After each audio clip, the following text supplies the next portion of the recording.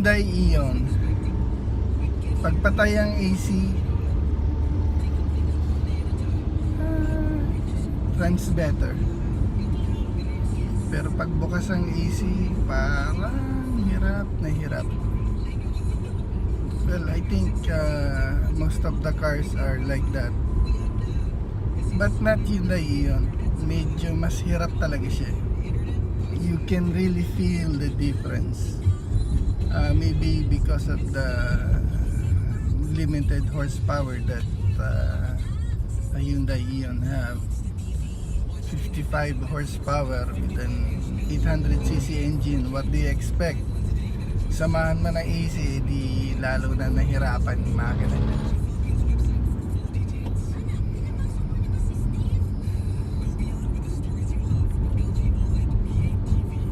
Inside noise is the noisiest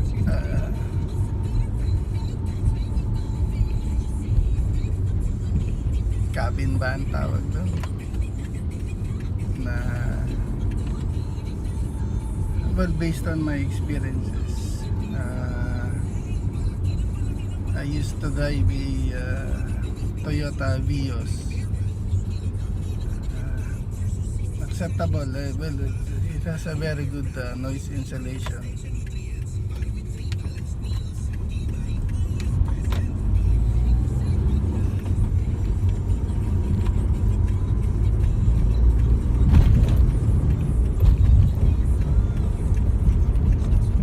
And compared to my brother's Mitsubishi hatchback,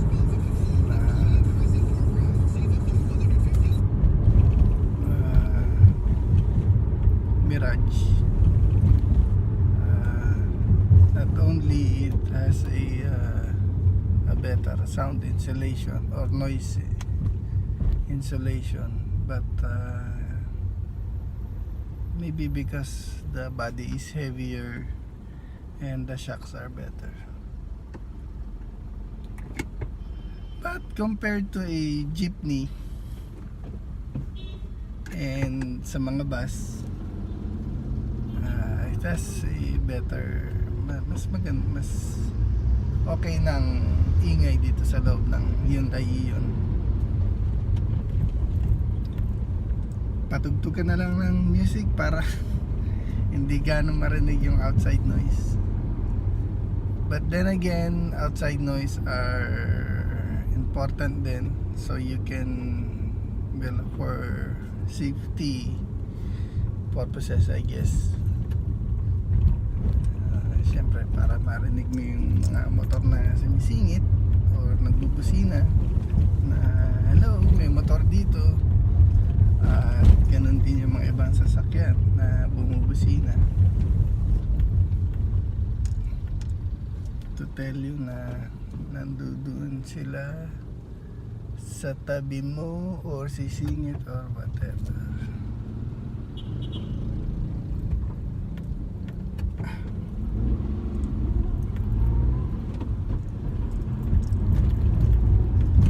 Nun, bumusina na medyo nag-alangan lang kami dalawa. I don't know who needs to give way first, but nasa kalahati na siya. So I stopped, but tuminto din siya, so a little confusion, but no, I'm done naman. He was a gentleman naman. Bira na yung mga ganun ngayon.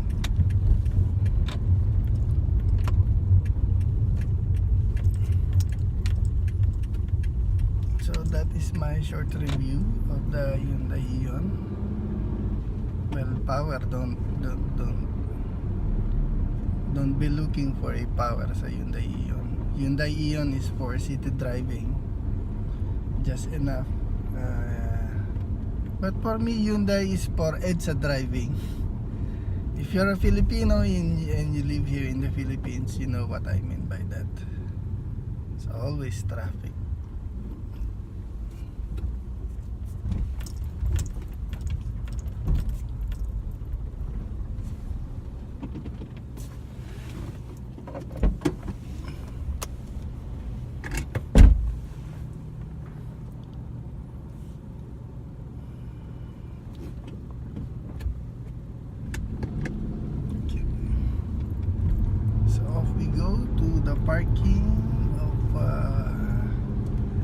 where I work.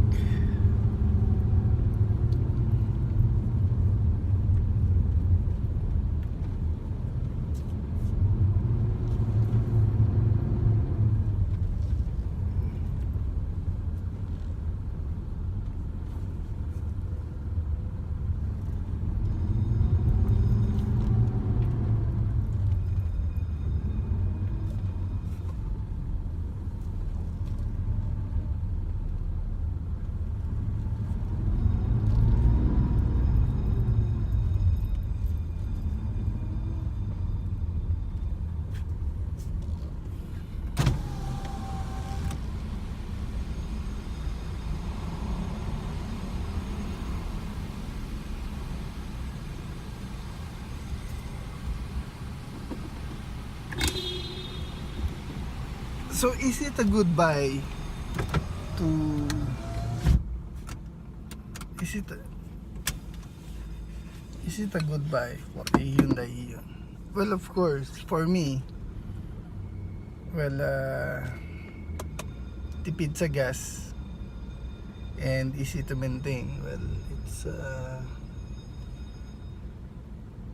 for a modern day car, I think the technology is quite primitive kung kumbaga na. Power windows niya sa harap lang. Well, yun lang din naman madalas ang i-control natin, ano. And for safety wise, I don't usually open din yung likod. Minsan kasi like the cars I used to have, yung power window yung likod. Minsan tumatakbo ako, nakakalimutan ko nakabukas pala. And with this manual na window sa likod, syempre tatama rin ka ng buksan. And for me lang, mas safe siya kasi it's always closed, no? Laman naman dito sa Pilipinas. But anyways, if you're going to buy a Hyundai Eon, and city driving lang din naman madalas mong gawin, and kung ang everyday routine mo will involve, or travel mo will involve traffic, Hyundai Eon is the best car for you. Okay naman ang AC niya. Sa init or sa traffic, yun lang, meron lang konting sometimes you can smell the exhaust from outside, but I think all cars are like that naman, ano, na of course a little bit of air coming from outside should circulate din sa loob ng sasakyan mo, otherwise toxify ba tawag doon, or masosuffocate ka. Carbon, well, I don't know what they call that, but go ahead if you want to buy an Eon. Tipid din naman siya sa gas, but if you want more power, I suggest you go for Wigo or Mirage, even Hyundai, Chevrolet Spark, which is 1.4 yata for a very small car, no? But when it comes to saving gas and low maintenance, and alam mo yun, hindi ka gaano mag-aalala because well, it's not because you have a cheap car. I think the better term is you have an inexpensive car.